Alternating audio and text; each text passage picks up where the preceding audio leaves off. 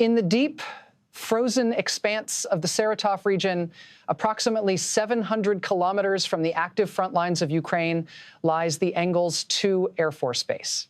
For decades, this facility has stood not merely as an airfield, but as a fortress of the Russian Federation's long-range aviation command. It is the beating heart of their airborne nuclear triad, a sanctuary where the giants of the Cold War era rest between missions. To the Russian military planners, the sheer geographical depth of Engels-2 was its primary armor. The distance was supposed to be insurmountable, a buffer zone that rendered the violence of the contact line an abstract concept far removed from the daily routines of the ground crews servicing the nation's most expensive assets. Into this perceived sanctuary taxied the newest pride of the Russian aerospace industry, a modernized Tu-160M, known to NATO as Blackjack, and to its crews as the White Swan. This was no ordinary logistical transfer. The Tu-160 is the heaviest combat aircraft ever built, a supersonic variable sweep wing bomber capable of delivering nuclear payloads across continents. This specific airframe was the same model Russia had previously flown to Venezuela in a high-profile diplomatic mission intended to intimidate the West and project power into the Western Hemisphere. Its arrival at Engels-2 was meant to bolster the upcoming winter strike campaign, serving as a tangible symbol of revitalized Russian air power. The psychological climate at the base was one of routine complacency. The security architecture of Engels-2 was designed to counter peer-level adversaries, NATO fighters, or high-altitude ballistic missiles. The airspace was guarded by the fearsome S-400 Triumph systems, creating an anti-access area denial, A2AD, bubble that was theoretically impenetrable. However, this defense was predicated on a traditional understanding of air superiority. The base commanders operated under the assumption that stealth meant advanced radar-absorbing materials and billion-dollar airframes. They failed to realize that in the modern theater, stealth can also be achieved through audacity, low-tech materials, and the exploitation of the Earth's own curvature. The 2 a.m. darkness over the Saratov region hid a changing reality. While the Tu-160M sat exposed on the tarmac, gleaming in its white anti-flash paint designed to reflect nuclear thermal radiation, it was paradoxically vulnerable to a much simpler threat. The Americans had long identified the bomber's key weakness. It is a massive, loud, and distinctive target that relies entirely on external protection for survival. It has no cloaking device. It relies on the sanctuary of its home base. But on this night, the definition of sanctuary was about to be rewritten. Ukraine had been watching. They understood that security is not just about the range of a radar system, but about logistics, patterns of life, and the arrogance of an enemy who believes they are out of reach. As the base personnel went about their shifts, confident in the layers of air defense protecting them, they were unaware that a coordinated swarm of low-cost drones was already threading its way through the radar gaps, intent on turning their prized strategic asset into a useless liability before it could ever launch a single missile. The illusion of invincibility was roughly 90 seconds away from being shattered. To understand why the strike on Engels-2 was a catastrophe for the Russian aerospace forces, one must first dissect the machinery sitting on that tarmac. The primary target, the Tu-160M, is not merely an aircraft. It is a $500 million geopolitical statement. Known in the West as the Blackjack, it is the world's largest and heaviest combat aircraft, a supersonic, variable sweep, wing-heavy strategic bomber designed to deliver nuclear and conventional munitions deep into enemy territory. The M designation is critical here. This was not an aging Soviet relic, but a modernized variant equipped with new avionics, advanced navigation systems, and, crucially, upgraded electronic warfare capabilities. However, the heart of this beast and ultimately its Achilles heel lies in its propulsion. The aircraft is powered by 4 Kuznetsov NK-32 engines, the most powerful engines ever fitted to a combat aircraft. These constitute a marvel of high-temperature metallurgy and precision engineering, capable of pushing the 275-ton airframe to speeds exceeding Mach 2. Each engine is a complex assembly of titanium and specialized alloys, valued at millions of dollars individually. They are built in extremely limited numbers, with production lines that have only recently been restarted after decades of dormancy. Damaging these engines does not just mean a repair job. It implies a logistical nightmare of sourcing rare components that may not currently exist in the supply chain. Sitting just 400 meters away from this engineering titan was a threat of a different kind, a concentration of kinetic power. The storage facility contained between 50 and 60 Kh-101 air-launched cruise missiles. These are Russia's premier long-range precision strike weapons designed with low observable stealth features to evade radar detection. A single Kh-101 carries a 400-kilogram high-explosive warhead and utilizes a sophisticated guidance suite combining inertial navigation, GLONASS satellite updates, and terrain contour matching. They are the spearhead of Russia's winter campaign, specifically targeted at degrading energy infrastructure. To have nearly 60 of these weapons stored in a single, non-hardened facility is tactically baffling. In financial terms, this stockpile alone represents a sunk cost of approximately $700 million to $800 million. In military terms, it represents the ability to strike 60 distinct power plants, transformers, or command centers. The juxtaposition on that airfield was stark. On one side, the pinnacle of Russian strategic power, a supersonic bomber capable of intimidating nations, as it did during its deployment to Venezuela, and a stockpile of missiles capable of freezing cities. On the other side, the incoming threat, cheap, commercially adapted drones made of plastic, fiberglass, and off-the-shelf electronics. The defense of Engels-2 was oriented towards high-tech threats intercepting NATO jets or ballistic missiles. It was ill-prepared for the economic asymmetry of modern warfare, where a $20,000 loitering munition can effectively mission kill a $500 million bomber simply by inhaling itself into an intake. This target selection reveals a deep understanding of the enemy's limitations. The Tu-160M survival depends on speed and altitude once airborne, but on the ground, it is a massive, soft target. Its engines are vast vacuum cleaners, and its skin is fragile aluminum and titanium. By targeting the engines and the fueled missiles, the attackers bypassed the need to destroy the entire airframe. They simply needed to destroy the delicate, irreplaceable subsystems that make the airframe a weapon. The stage was set not for a dogfight, but for a surgical amputation of Russia's strategic capabilities.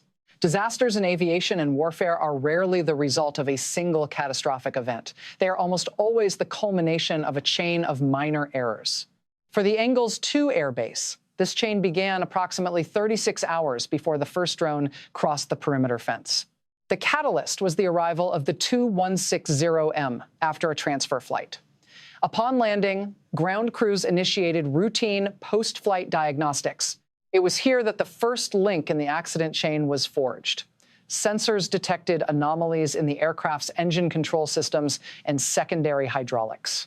The issues were classified as subcritical, not severe enough to ground the aircraft permanently, but significant enough to require immediate on-site inspection before the next sortie. Instead of towing the massive bomber into a reinforced shelter, of which there is a notorious shortage at Engels, the decision was made to park the aircraft on an open, hard stand on the northern side of the base. For the next 18 to 20 hours, the Tu-160M sat motionless. In the era of satellite reconnaissance, a static strategic asset is a dying asset. Ukrainian intelligence, likely fusing data from commercial synthetic aperture radar satellites and human assets on the ground, observed this lack of movement. They noted the minimal ground activity around the plane, confirming it was not being prepped for immediate takeoff, nor was it being moved to safety.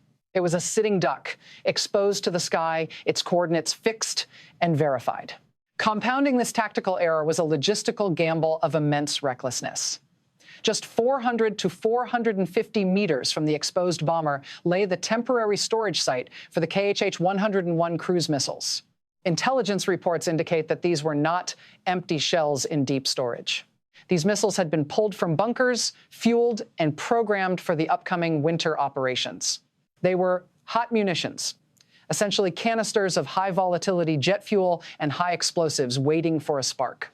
Placing a fueled missile stockpile in the open, adjacent to the fleet's most valuable aircraft, violated basic principles of ammunition, safety, and dispersion. The Russian command fell into a time trap. They operated under the assumption that the deep interior of Russia provided a buffer of time that they could leave assets exposed for a day or two without consequence because the enemy was too far away. They believed the security timeline was measured in days. Ukraine was operating on a timeline of minutes. As the sun set and the technical crews finished their shifts, the base quieted down. The missiles remained in their crates, the bomber remained on the hard stand, and the trap was set.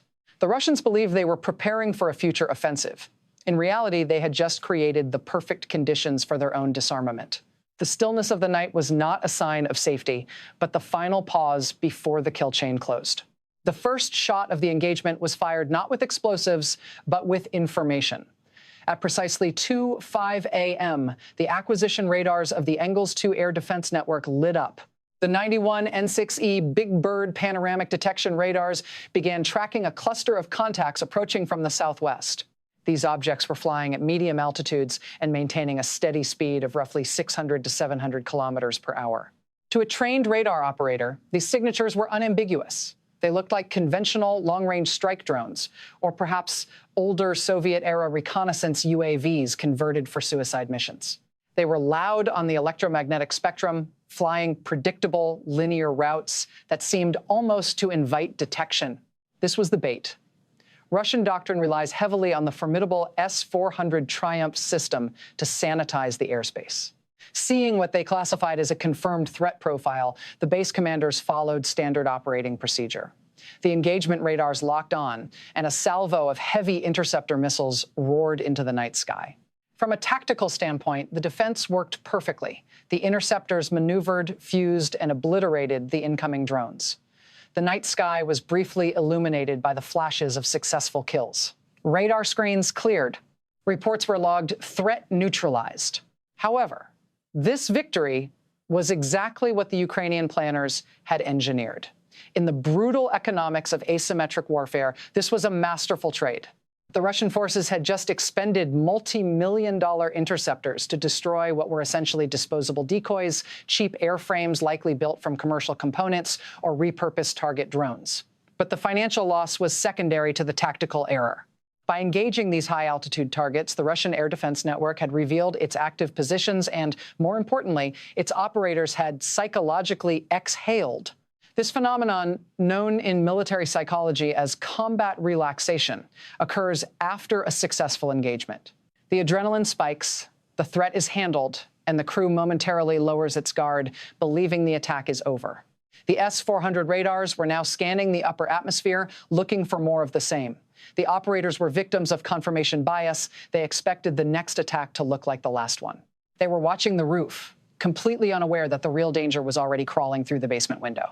By forcing the Russians to look up and engage the obvious threat, Ukraine had bought itself a window of electronic noise and operator distraction essential for the next lethal phase. 12 minutes after the first wave was neutralized, the real operation began. At 2:17 a.m., a second group of drones crossed the final perimeter. Unlike the first wave, these machines were not screaming across the sky at high velocity. They were ghosts, flying at speeds of just 120 to 150 kilometers per hour, dangerously close to the stall speed of many conventional aircraft, and hugging the terrain at altitudes below 40 meters. In military aviation, this is known as nap of the Earth, NOE flying. By staying below the radar horizon and utilizing the natural ground clutter, the radar reflections from trees, buildings, and hills, these drones effectively vanished from the scopes of the long-range S-400 seconds. Responsibility for the base's defense now fell to the short-range Pantsir S-1 systems. Designed to catch leakers, the Pantsir combines autocannons and missiles. However, the system was overwhelmed by the physics of the environment.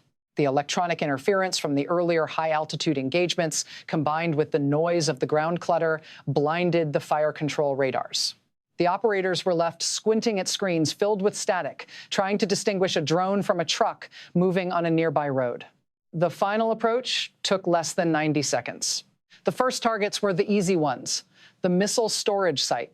The drones did not need to penetrate the reinforced concrete bunkers. They only needed to hit the staging area. The impact was precise. The warheads detonated against the thin-skinned transport containers of the KH-101 missiles. The result was not a conventional blast, but a catastrophic thermal event. The jet fuel inside the missiles ignited instantly, creating a fireball that reached temperatures exceeding 2,500 degrees Celsius.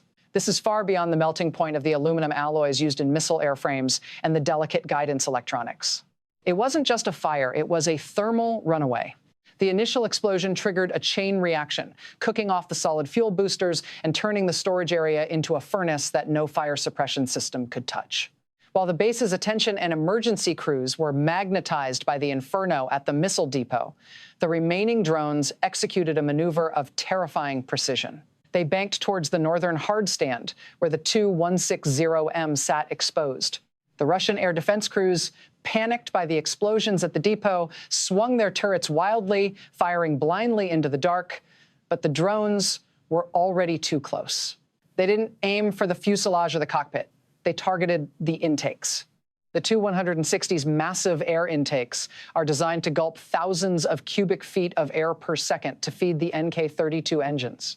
The drones flew directly into these maws. The detonation occurred inside the engine nacelles. There was no massive Hollywood-style explosion. Instead, the damage was surgical and total. The high explosive fragmentation charges shredded the titanium compressor blades while they were stationary. The shockwave expanded through the bypass ducts, severing hydraulic lines and crushing the fuel control units deep within the engine housing. In less than 2 minutes, the attack was over. The Tu-160M looked largely intact from a distance, but internally, it was a wreck. Its heart had been ripped out. The KH-101 stockpile was a molten ruin. The sanctuary of Engels-2 had been violated not by a massive bomber fleet, but by a handful of slow-moving propellers and a strategy that exploited the blind spots of a superpower. As the sun rose over the Engels-2 Air Base, the extent of the catastrophe became visible through the dissipating smoke. The immediate aftermath was defined by chaos and paralysis. Fire crews were forced to halt hundreds of meters from the missile storage site, held back by the intense heat and the erratic secondary explosions of solid fuel boosters cooking off. The storage facility had effectively become a hazmat zone, with toxic fumes from composite materials and rocket propellant drifting over the airfield. The 50 to 60 KH-101 cruise missiles were not merely damaged, they were fused into useless slag. This loss represented an immediate firepower gap in the Russian inventory. To put this in perspective, assuming a standard production rate, replacing this specific batch of precision-guided munitions would take the Russian defense industry months of triple-shift work, exacerbated by ongoing sanctions that restrict access to critical microchips. However, the more complex disaster lay on the northern hard stand. To the untrained eye, the Tu-160M appeared surprisingly intact. There were no gaping holes in the fuselage, no broken wings, but in the lexicon of military assessment, the aircraft had suffered a mission kill. The drones that struck the engine intakes effectively weaponized the concept of foreign object damage, FOD. When the warheads detonated within the intake cowlings, they sent a spray of high-velocity shrapnel directly into the compressor stages of the NK-32 engines. These engines rely on the precise balance of thousands of titanium blades spinning at incredible RPMs. The explosion shattered the intake fans, sending broken metal cascading deeper into the high-pressure compressor and the combustion chamber. The damage is internal, systemic, and catastrophic. Repairing an NK-32 engine is not a field-level task. It cannot be done by ground crews at the airbase. These are among the most complex engines in existence. The aircraft must now be disassembled, and the engines removed and transported back to the manufacturer, likely the Kuznetsov Design Bureau in Samara or the Kazan Aviation Plant. The repair process involves specialized tooling, magnetic particle inspection to detect microcracks in the engine mounts, and the complete remanufacturing of the core components. Given the scarcity of spare parts and the fact that NK-32 production lines have only recently been revitalized, analysts estimate the downtime for this specific bomber to be between 6 to 9 months. Furthermore, the shock of the explosions likely compromised the airframe's hydraulic integrity and sensitive avionics suites located near the wing roots. The White Swan has been grounded not by a dogfight, but by a logistical amputation. Russia retains the shell of the aircraft, but its function, the ability to project power, has been completely stripped away. The base command is now left with a heavy, immobile museum piece that occupies valuable tarmac space and requires constant security, yet offers zero operational value to the ongoing war effort. The smoke over Engels-2 eventually cleared, but the strategic fog it generated has permanently altered the operational landscape of the war. The true impact of this strike is not measured merely in the charred remains of aluminum or the downtime of a single bomber. It is measured in the forced behavioral changes of the Russian high command. By sunrise, the consequences had rippled far beyond the blast radius. Acknowledging that Engels-2, once considered a deep rear sanctuary, was no longer secure, the Russian aerospace forces initiated a massive dispersal protocol. Remaining strategic bombers were ordered to redeploy to bases in the extreme Arctic, Olenya Air Base, and the Far East, pushing them thousands of kilometers away from the Ukrainian border. This redeployment is a logistical victory for Ukraine. By forcing Russian bombers to operate from more distant airfields, Ukraine has imposed a distance tax on every subsequent mission. A flight that previously took 4 hours now takes 8 or 10. This doubles the fuel consumption, doubles the accumulation of flight hours on airframes that are already difficult to maintain, and significantly increases pilot fatigue. The operational tempo, the rate at which Russia can generate sorties, has been mechanically slowed down without a single Ukrainian fighter jet taking off to intercept them. The strike also serves as a brutal case study in the new economics of asymmetric warfare. The exchange ratio of this engagement is staggering. Ukraine utilized a swarm of drones with a collective cost likely under $500,000. In exchange, they neutralized a stockpile of missiles worth nearly $1 billion and sidelined a strategic bomber that is essentially priceless due to its irreplaceability. Furthermore, they forced the Russian air defense network to expend millions of dollars in S-400 interceptors against cheap decoys. This is a rate of attrition that even a superpower cannot sustain indefinitely. It proves that in modern conflict, mass and budget can be defeated by precision, timing, and the exploitation of cost disparities. Finally, this operation shattered the doctrinal assumption of the safe rear. For decades, military planning relied on the idea that distance equals safety. That era is over. The Engels-2 strike demonstrated that with enough intelligence and creativity, the front line is everywhere. A technician working on a bomber deep in the Saratov region is just as much a combatant on the contact line as an infantryman in a trench. Ukraine did not need to physically steal the Tu-160M to remove it from the board. By turning the pride of the Russian fleet into a hangar queen and incinerating the weapons it was meant to carry, they achieved a total strategic denial.